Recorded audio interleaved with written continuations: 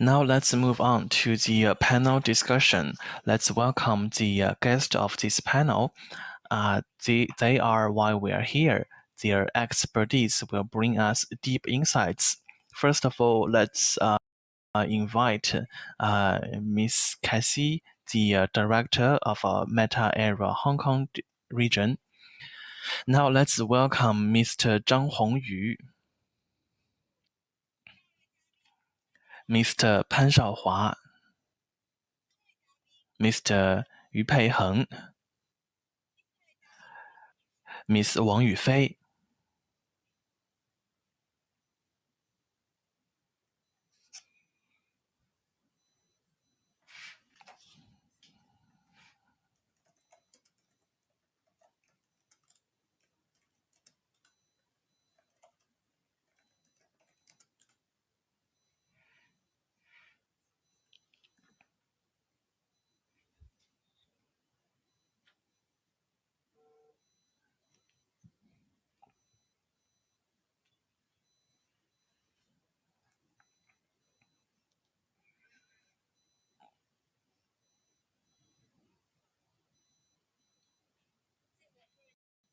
Distinguished ladies and gentlemen, thank you very much for inviting me. I will be hosting today's panel.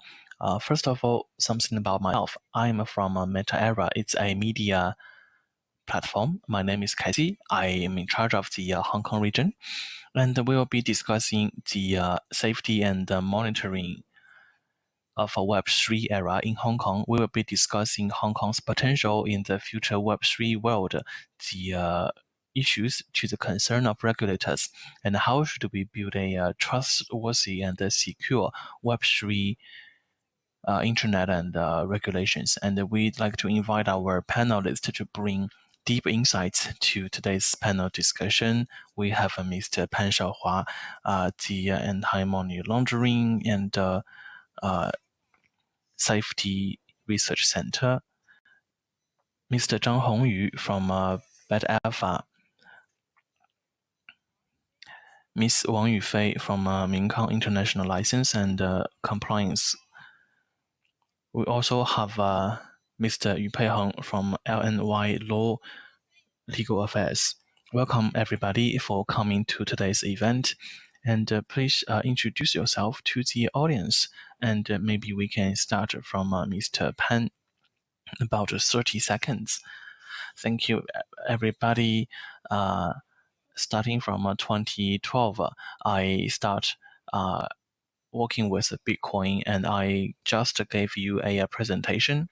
I hope in Hong Kong we can work together in the field of Web3 and make some meaningful achievements. Thank you very much. And Mr. Zhang Hongyu, my name is Zhang Hongyu, and I am from Metalpha. We have been listed on the US stock market, and we are engaged in the asset management of virtual assets. At the moment, for the virtual derivatives, we rank in the top 3 in Asia, and in the future, we want to follow the compliance agenda in Hong Kong and land our derivative transaction business in Hong Kong. My name is Fina, and I am the partner for Minkang International. And for me, myself, I am the IO for license 149. And Hong Kong is opening its regulation policy, and we are also helping opening up the license partner. My name is Yu Peiheng from L&Y Law Legal Affairs. I've been working as a lawyer for more than 20 years. In the past, I worked in the financial sector, and I have started my own legal affair agency. And my customer are local and international exchanges and fund. I have experienced different stages. Thank you. Now let's officially kick off the roundtable discussion today. The question is, do you think Hong Kong can become the hub of Web3 in the future, or whether Hong Kong has such a potential. Now let's start from this sequence. According to the sequence of the seed, I feel Hong Kong is a city that matches quite perfectly with the Web3. The Chinese community, starting from 2011 to 12, we have many projects and including Dubai's product and have been quite leading in the world, and Hong Kong has its advantage. Hong Kong has many global leading projects. Hong Kong is the hub of the Asian network, and that is a natural advantage. While it also relies on the support of mainland China with sufficient talents. Cybersecurity, in fact,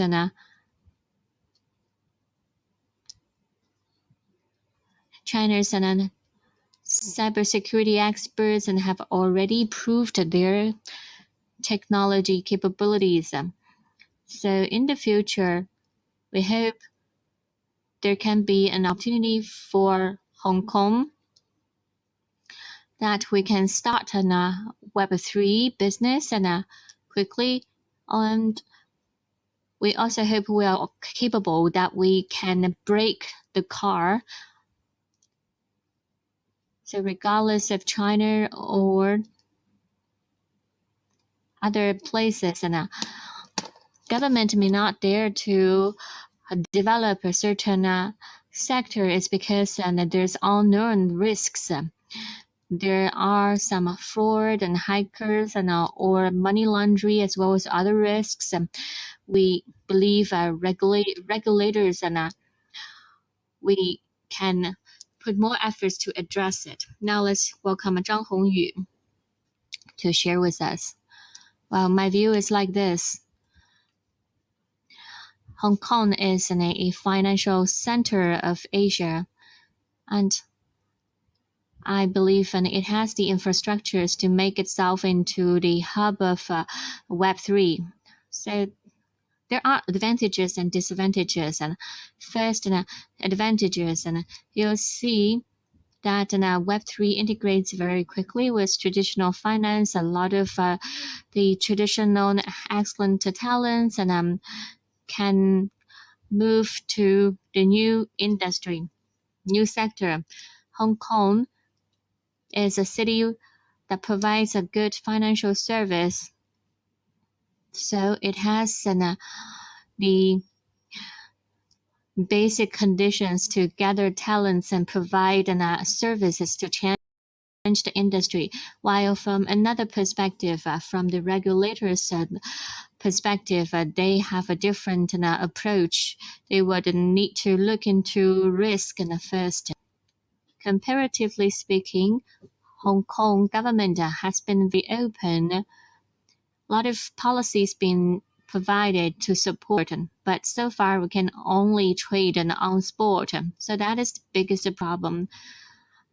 The most charming smart contract and derivatives in the virtual world and cannot be exchanged. But DEX has its significance of existence, and I believe government will release further policies to lead the industry. And I believe Hong Kong can continue to be the financial center of Asia and then develop towards a virtual financial center for Asia. Well, in my opinion, I believe definitely Hong Kong will become a new hub for encryption currency in the future. Well, since October, Hong Kong government has made a declaration on Web 3.0, and also SCR has initially released the license since June of 1st this year. Gradually, Hong Kong government have issued a lot of or a series of policies to push forward the development of Web3. And previously, I helped clients to get a license and also be compliant with laws and regulations. And we have seen a lot of efforts put into this area by Hong Kong government. And yes, just like Alex said, and so far only spot transaction is available, but I believe in the near future, contract on futures and options and derivatives can be accelerated. Hong Kong is now pushing forward in the transactions between retailer and investors. This is a very innovative way because even Singapore is not very supportive for retailer transaction, while now it's already available in Hong Kong as an windows to the world and by mainland China in order to break down the SWIFT payment system set up by US, and Hong Kong will definitely become the next economic center. Well, I think many people have mentioned it. Why Hong Kong is one of the major three financial centers in the world. I definitely believe Hong Kong is the scientific or the fintech center. I helped clients to get a different license. They know even to get a license and it may not work because it will not be accepted by some financial institutions. Financial Management Bureau working on the acknowledgement of license by Hong Kong Bank. And then as far as I know, that some of our clients have already opened their accounts in well-known Hong Kong banks. So not only the efforts need to be made by exchanges and regulators, but also government need to be very supportive. Thank you for your sharing. I believe you are very determined on being optimistic on the development of Web3 in Hong Kong. So it has a very significant or profound impact on the development of Hong Kong itself and also the web sector. The second question is, what are the most concerned Web3 issues for Hong Kong regulators? What can be the possible solutions? I noticed that VSP license issued by Hong Kong cybersecurity has been described in detail. As a CRC, while being interviewed by CCTV, they said VS license and exchanges have three major topics. First is cybersecurity. The second is related party and transaction. Well, regarding cybersecurity, I feel Hong Kong as an international city, cybersecurity is well established. However, well, I also have such a feeling, which may not be right. Friends from Hong Kong feel that where is safer for network it should be European and then US. Well, US network security should be the best. If the security service can be cheaper and good, that would be the best. But what I want to share with you is that mainland China and then Hong Kong, the cybersecurity they are facing may not be exact as the situation in US. So the hackers in China, they may doing something different from the US hackers. For example, who are the ones that are cheating Americans? They from Indian and East Europe, while those who cheat Chinese are from Southeast Asia, north of Myanmar, and the Middle East. So the tutors of different areas have a different system, different ways of cheating, and you may check it if you're interested. For example, credit, um, stolen of a credit. You just need a CVA code and is fine without a password. However, it's not working in Hong Kong or in mainland China. However, this year we've seen many of the fraud cases are Telegram relevant. Why is that? Because China has a social network of friends, while Telegram is an anonymous friends making. So many of my friends feel Telegrams have been developed by US and they have used it for a long time and they feel rest assured about it. However, I have seen many cases today this year. A lot of them happened in Hong Kong. Someone claim that they are your friends and they say you have been cheated and you can you provide a screenshot for me to see whether there are cheaters. And then during this process and this telegram based the intermediate hijacking has been achieved. So hackers and fraud can be same groups of people, and then they will claim to be your financial accountants or your partners and then when they notice that you are trying to withdraw the bitcoins and then they would have some designs to get your bitcoins away. So these fraud and the cyber securities are faced by Hong Kong and the Chinese people are different from cases in other regions.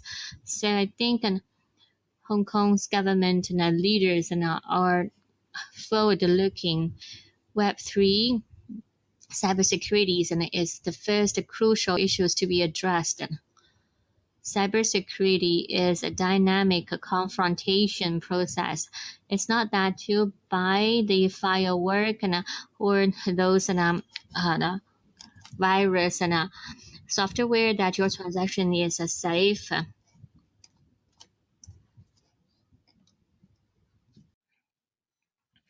And these hackers' tactics have been evolving as well. The entire industry needs to research on its latest techniques and their latest hacking tools to think about what kind of AI or big data approach we can leverage to fight against these hackers.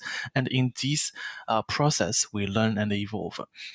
And the government policies is experience a huge delay to the development of our era. And it's not matching with the Web3 pace. In the world of Web3, 1 week equals to 1 year of the traditional internet world. And after maybe 1 week or maybe 3 months, we don't know what about the new events in the Web3 world. That's a very challenging area. Thank you very much, Mr. Pan, to bring us professional insights from safety. And now let's hand over the floor to Mr. Zhang Hongyu. Well, I can raise a example, whether for the Futures and the Security Commission or whether they are having the license and evaluation of a traditional financial institutions, as if we already have the enterprise level safety service, but as a exchange, we can match ourselves with a large financial institution. A simple enterprise level safety service is not enough to solve this question. It's like we are having a national level defense expenditure. When you are hosting your client's assets in the entire and complicated process of transaction, we need to invest more money to build safety and security. So when we were talking with FCC or the Security and the Future Commission, the most important issue are KYC and AML. So from the perspective of monitoring and regulations, they want to know whether we know our clients and whether we know our partners and what are the sources of these funds. And we really need to go through the anti-money laundering investigation. This is required both by the Hong Kong Monitoring Authority, but also requested by the ICC of the United States. Yes, that's really well said. As an ordinary people, we develop our body by exercising, but when we met a gangster on the street, we really need to think about whether we can win in this street fight. If we are taking a box of precious goods to visit Beijing to visit some friends, and then we meet a gangster halfway, and we really need to think whether we can win the other party during the street fight. So it's really easy to steal money in Web3. We need a professional service to guard safety. On one hand, this professional service provider have expertise, have very strong capability, and knows about the ins and outs of this landscape. They need to know who are the bad actors, who are the fraudsters. Well, for me, I believe the most important issue in Hong Kong's monitoring authority is AML. Well, in the past, they are providing licenses according to the licensing institution and the system. But for crypto, they are relying on the Anti-Money Laundering Act. So in the future, there might be a lot of work centering upon AML or etc. And you will be focusing on how do we deal with KYC, AML? Do you have qualifications? And who are the people in charge of KYC and AML? And whether they have relevant experience? These are the important focus for application of a license. And after the KYC and AML become the responsibility of the license holders. For example, I'm the IO, and I feel I'm having a great burden on my shoulder. On one hand, I really need to operate their business to make sure everything is compliant. And on the other hand, we really need to be very careful. Otherwise, maybe on one hand, we cannot make money, but we may get imprisoned. Uh, uh, Sometimes ago, we know that a lot of people have already been put into prison in one accident. The Hong Kong SAR government is still applying very strict regulation on crypto programs. So before licensing, there are a lot of messy period and for the regulation sandbox period. So the Hong Kong SAR government is now very strong in its position. So without application of a license, and if there are lots of complaints, then I will send alerts to the public and take necessary actions. That is to say, for the Hong Kong SAR government, their attitudes to fraud, to safety threats, to money laundering, their attitudes is really strong. Thank you very much. So I'm not a technical professional. For the first of all, we are already issuing licenses. Already, two companies have obtained the comprehensive license, and the other one is getting the AIP. The most difficult part for that is, from my personal perspective, I believe they are very secure, but the monitoring and regulatory requirement is too high. And we have to see how many companies are applying for the license and why is this the case. A long time ago, in the first half of a year, a lot of clients are interested in getting the license. However, they have a really high requirement for the expense. They are really expensive. And there is a option that for 1 year they need to spend about 10 or several dozen million Hong Kong dollar to maintain this license. And they would compare their investment in this license and what they get in return to see whether it's reasonable to invest in this license. So, for this regulated license, sometimes they would think about whether they will do better with or without this license. And in June this year, we established the Hong Kong licensed civil association, and we want to promote how under regulation and how under the framework of safety we can get return in our business. And as we mentioned earlier, the other thing is that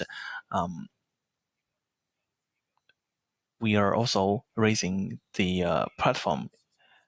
It's not like there's no regulation, but for Hong Kong, we also have licensed gambling market. But you still need to set up the online gambling. And for Macau, we have the online casino, but they also have an offline casino. It's not like with the license we can have this illegal casino disappear. We don't work that way. And recently, people has been asking, and the media has been covering this topic. And for this platform and F and A platform, are they experiencing the same accident, but they are of different nature. Well, before for the F, they were saying they were fighting with B because they have not enough liquidity and cash flow. So we experienced that event. And but for the F company, the J company, and if you are looking at the public declaration from the Security and the Future Commission, they altered the account of the customer. They altered the number of the customer account because for a lot of times the customer they are purchasing or depositing on the platform.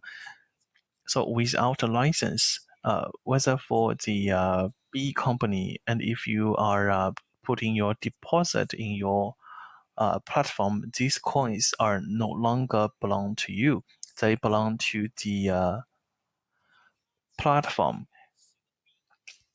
So you are the borrower and they are the debtor. The coin already belong to the platform and for them to use. And when you send out instruction to withdraw, then they have the obligation to give you back the coins. And if you see one of the case at the Hong Kong court of a Bitcoin case, maybe you haven't noticed that case, but why today's event is more severe, because we altered your Bitcoin. For example, you deposit 1 million Hong Kong dollar at the bank, and for maybe 1 year, and you want to get the 10% interest, but 1 year later you decided that you are not depositing anymore, but you heard that no, it no longer there, and maybe you have get a mini boy, and you already suffered from a loss. You said, I'm a really conservative people. I'm never going to purchase these items. But they would told you that according to your data, you have purchased that, and you have to prove to me that when you didn't buy that. So it's really hard for the depositor to prove unless you are checking your cell phone every day, every minute, and you take a snapshot and to have a record that on September 1st, I still have 1 million, but on September 2nd, then it's gone. But in the past year, customer really complained about these similar cases. It's the same platform. I'm really sympathetic towards you. I really want to help you, but I want to help you get your money back. But we really need evidence to start the litigation. Evidence really matters, but a lot of people cannot get the snapshot. So I always say, even though we have great law and great technology, but we want to warn you about two issues. When you are depositing your coins, please download the terms and conditions between you and the platform, because these terms and conditions can be altered. So all the platforms can alter these terms and conditions. The 2023 terms and conditions are different from what you signed in 2021. So when you are registering with a platform, please download the terms and conditions. And second of all, uh, when you are on a platform, please snapshot your account and your balance in this platform to keep your own record. So when they close out and when emergencies happened, all this technical data will not be open for you to download, and you really need to have your own evidence. I hope you can remember that. Thank you. Thank you very much, and Lawyer Yu. Our experts and guests and have shared with us their perspectives and from their experience on regulation.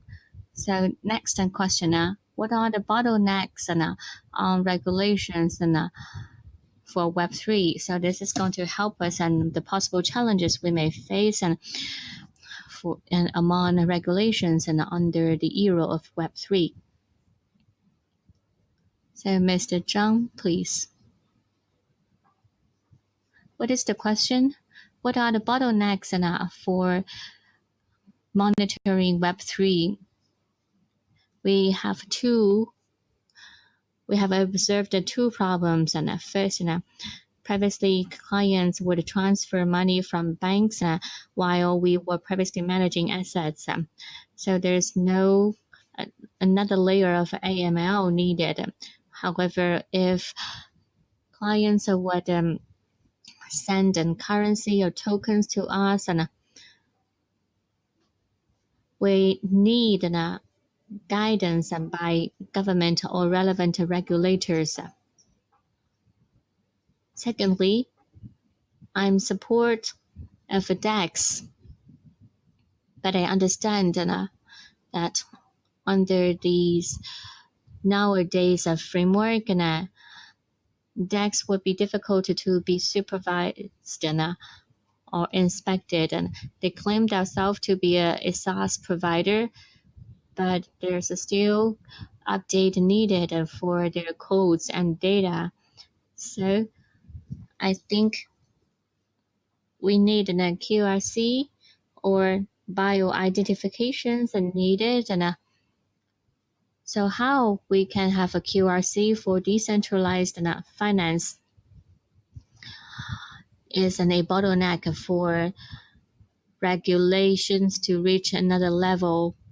Now, centralized or SECs have been monitored and continuous updating to make it more be in line with regulations. And then the next step is to define the DEX. I believe this can be a bottleneck for regulator. Okay, Miss Wan, I think for cryptos monitoring, it is in a dilemma. If it's less regulated and the market would be in a mess, there would be a lot of problems, and having the license and it does not mean the company is safe for sure. However, without license and it probably is unsafe. If the regulations being stringent, and then it may lead to another extreme. If the threshold or the bar for retail investors being too high, then there would be lacking of liquidity. There are, as we know, there are a lot of gambling houses and in many different cities.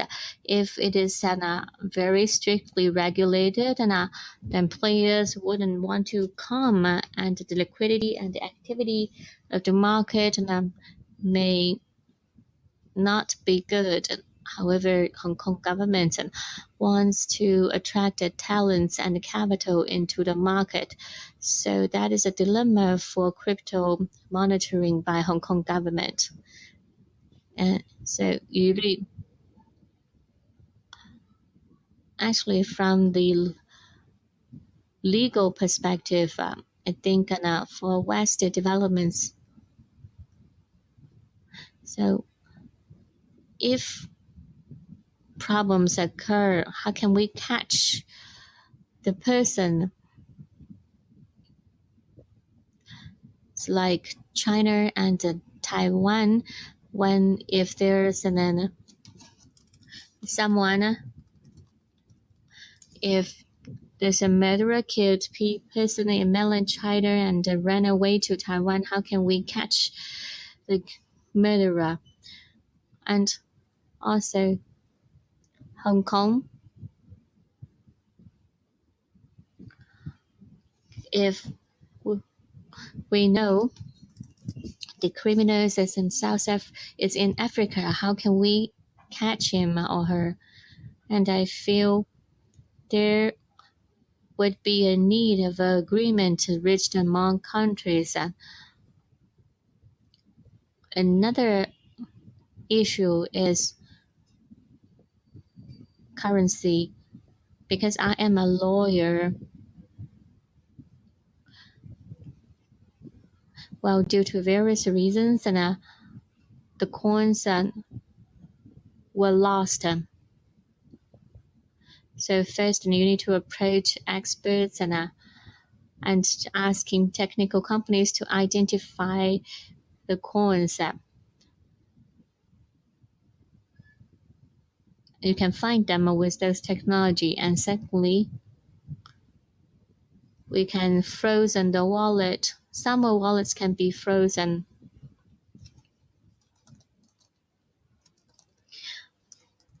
And we have been successful in getting those in a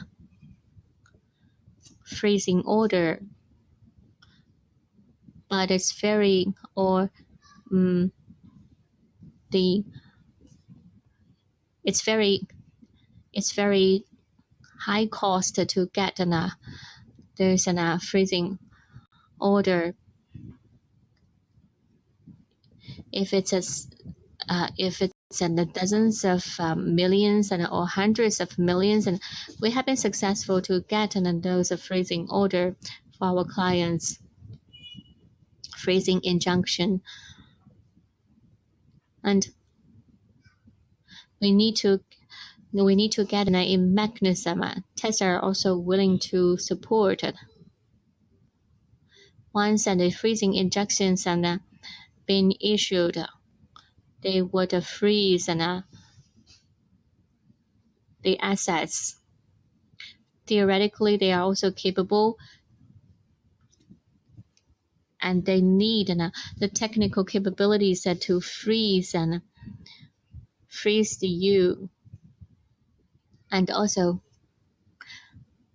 they can return the coin or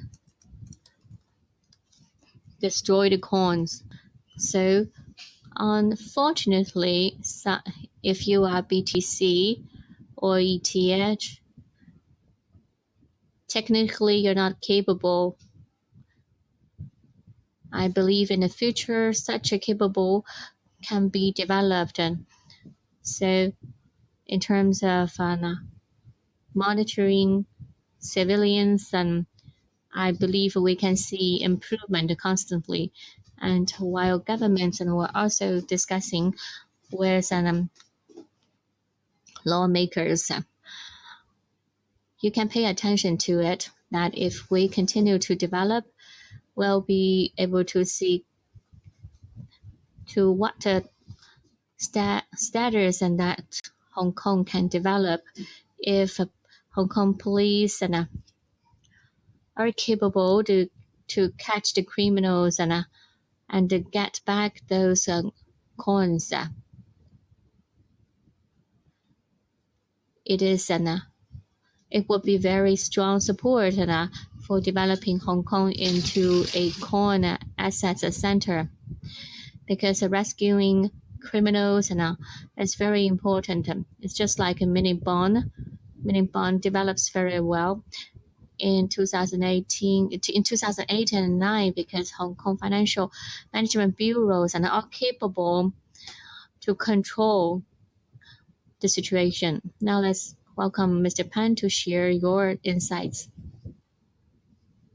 Regardless of cybersecurity or money laundering, anti-money laundering, the biggest challenge faced by Hong Kong government is that they don't know how severe it is, and they don't know how much workload are involved.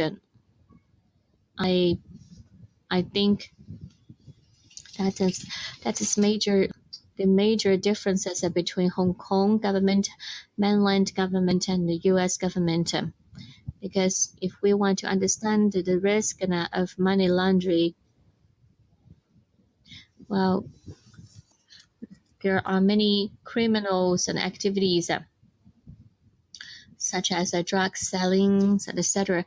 These may not take place in Hong Kong, and then centering around the anti-laundering on virtual coins. It's not like a fed up.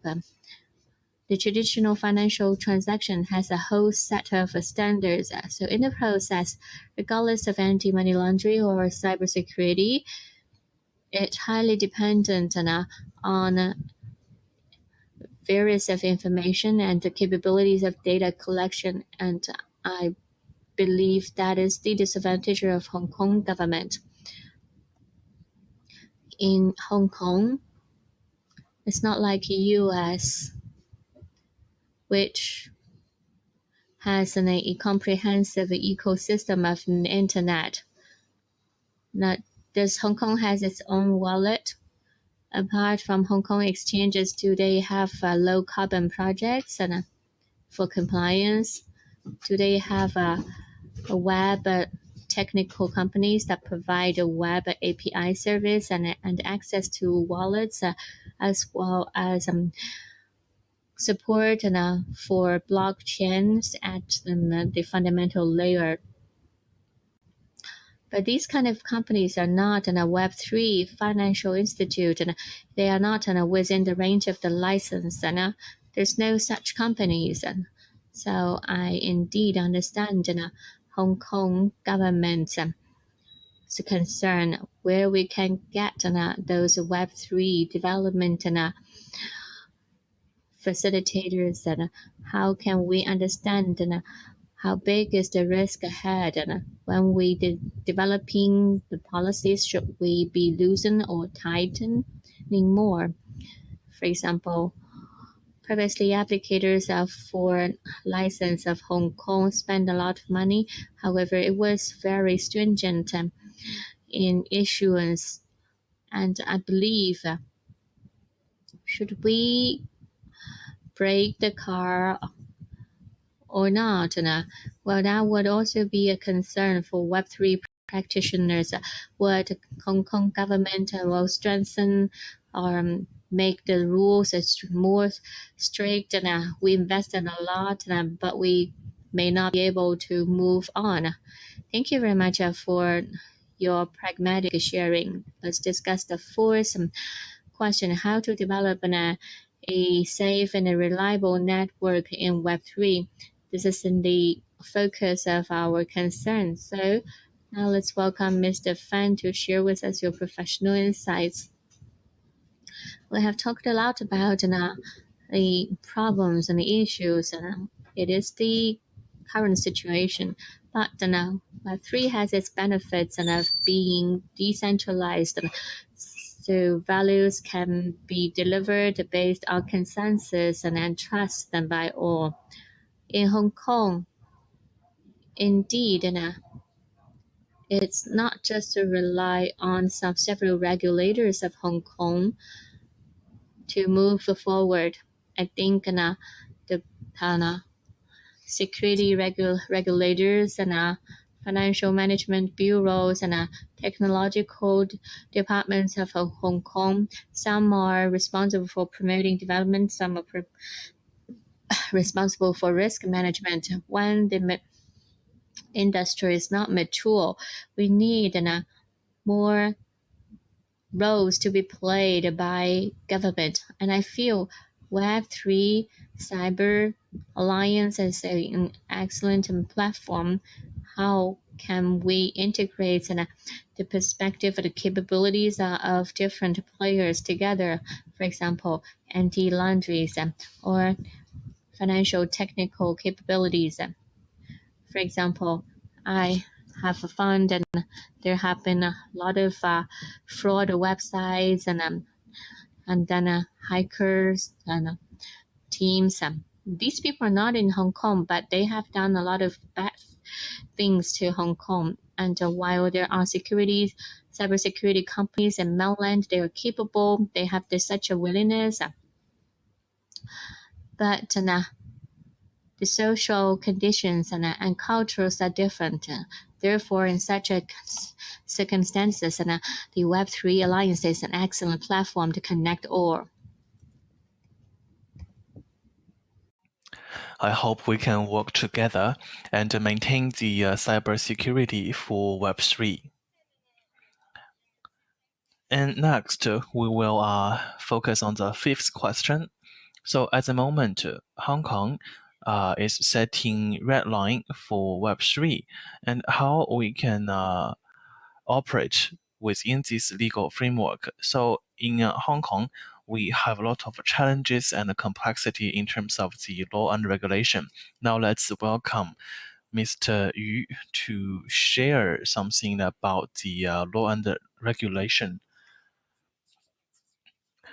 All right. Just now, I have shared a lot of insights about law and regulation and issues regarding law and regulation. At the moment, I can make a simple summary. And if we are going to develop Web3 in Hong Kong, first of all, we have to develop in a focused area.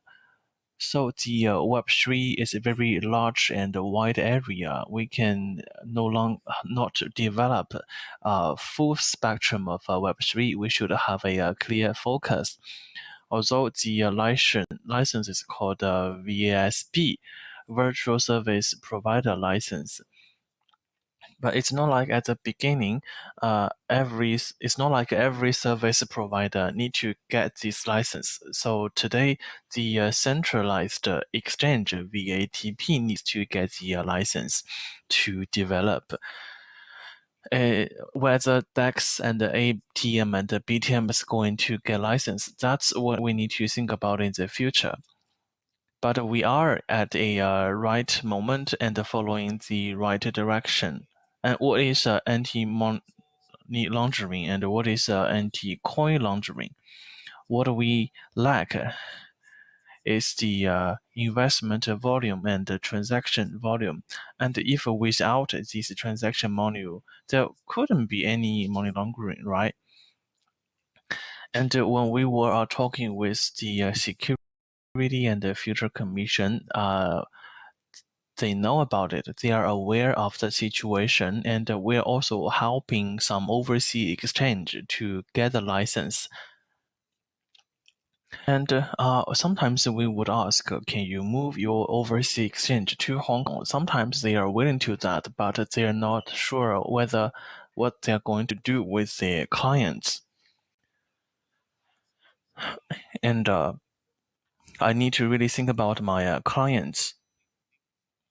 So you would see that in the future, this overseas exchange can get license in Hong Kong, but sometimes they are going to split their platforms. One is the overseas version, and the other one is the Hong Kong version. So at the moment, the issue facing Hong Kong is that you need to focus on your existing client and your existing transaction volume. And if there's no coin, no money, so there's no money laundering behavior at all. So at the moment, we need to have a focus. And the other one is we have mentioned earlier that we have the Hong Kong LVA. At the moment, their members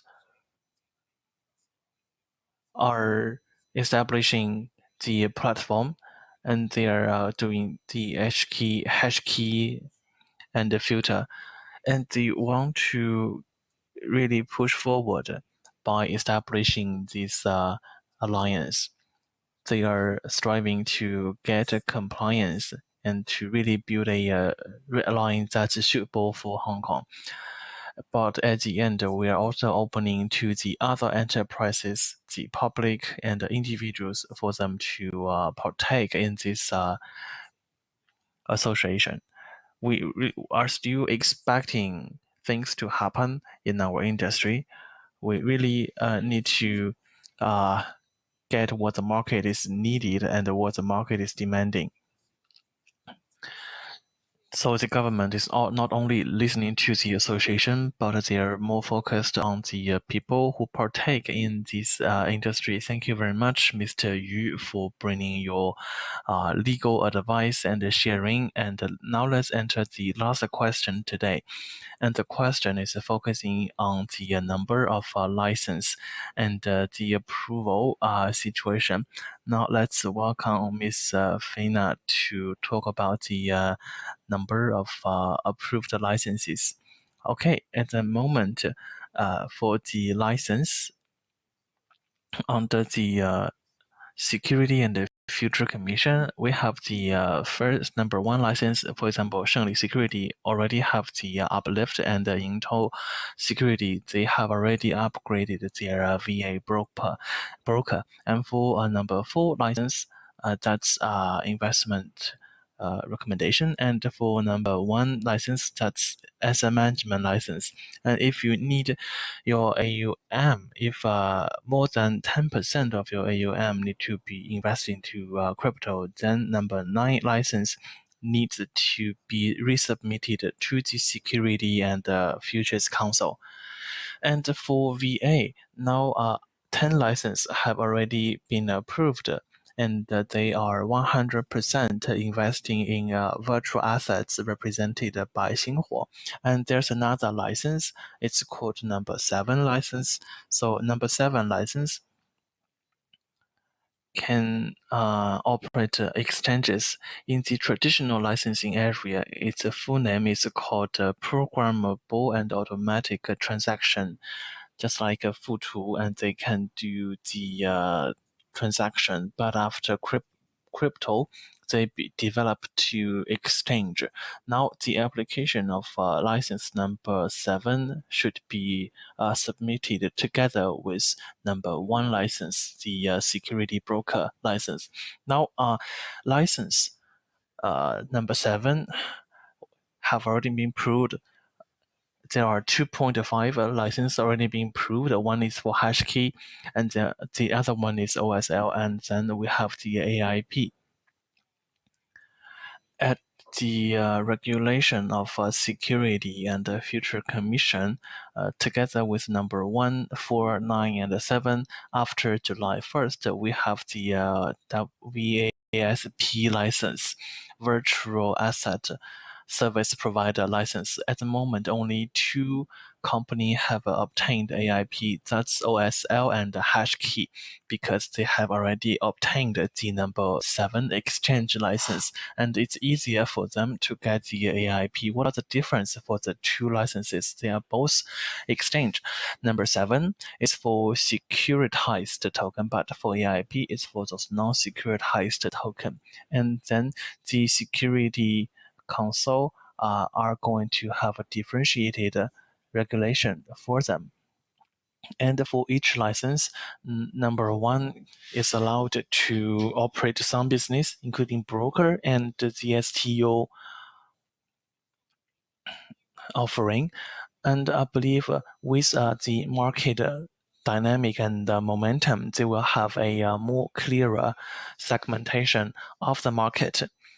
For example, who can operate DeFi and who can operate securitized tokens, and who is able to trade derivatives. So all of those transaction areas will be separated in a clearer way. So these details are not really clear for themselves. So we really need to work together to shape the future of the market. We need to join hands with the Cybersecurity Alliance. Thank you very much, Ms. Fina, for sharing your insight about the number of license approvals. So it's very critical to Hong Kong Web3 development.